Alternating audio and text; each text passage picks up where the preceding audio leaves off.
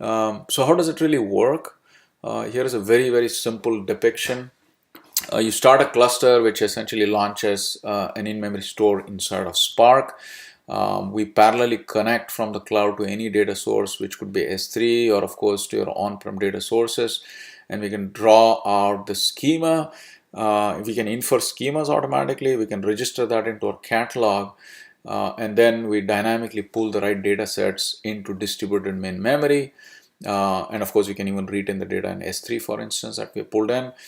And the most important thing here is that, hey, you can literally retain the data in raw form. Of course, you might be enriching it, but the point here is that you don't have to really generate cubes and aggregations, go through a complex pipeline, use Lambda or even BI extracts, because the data can be served at pretty amazing speeds. And finally, the important point also is that if the data does in fact change in an operation stores, you can rely on change data capture mechanisms, so that as the data changes, they can be pumped directly into the cloud. And we deliver this multi-cloud strategy through Kubernetes. We'll get into it as we demo it.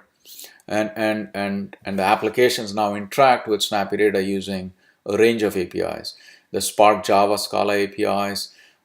We support SQL through JDBC and ODBC. And of course, you can also use REST to come in and essentially interact with the system. Here's a pretty high-level view into a bit more of the architecture.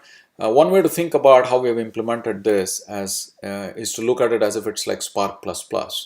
At the shell all looks like Spark. What I mean by that is you land up using Spark SQL. You can use essentially any of the Spark APIs, the streaming, the graph, the MapReduce, the ML APIs in Spark, and then for connectivity to all sorts of data sources, we again rely on Spark connectors, right? And almost every modern data source has made sure that the latest version of the products are all enabled through Spark.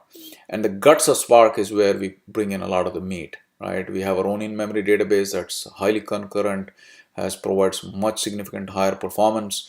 We're introducing essentially the first generation of what's called as approximate query processing. And of course, it's also capable of running transactions.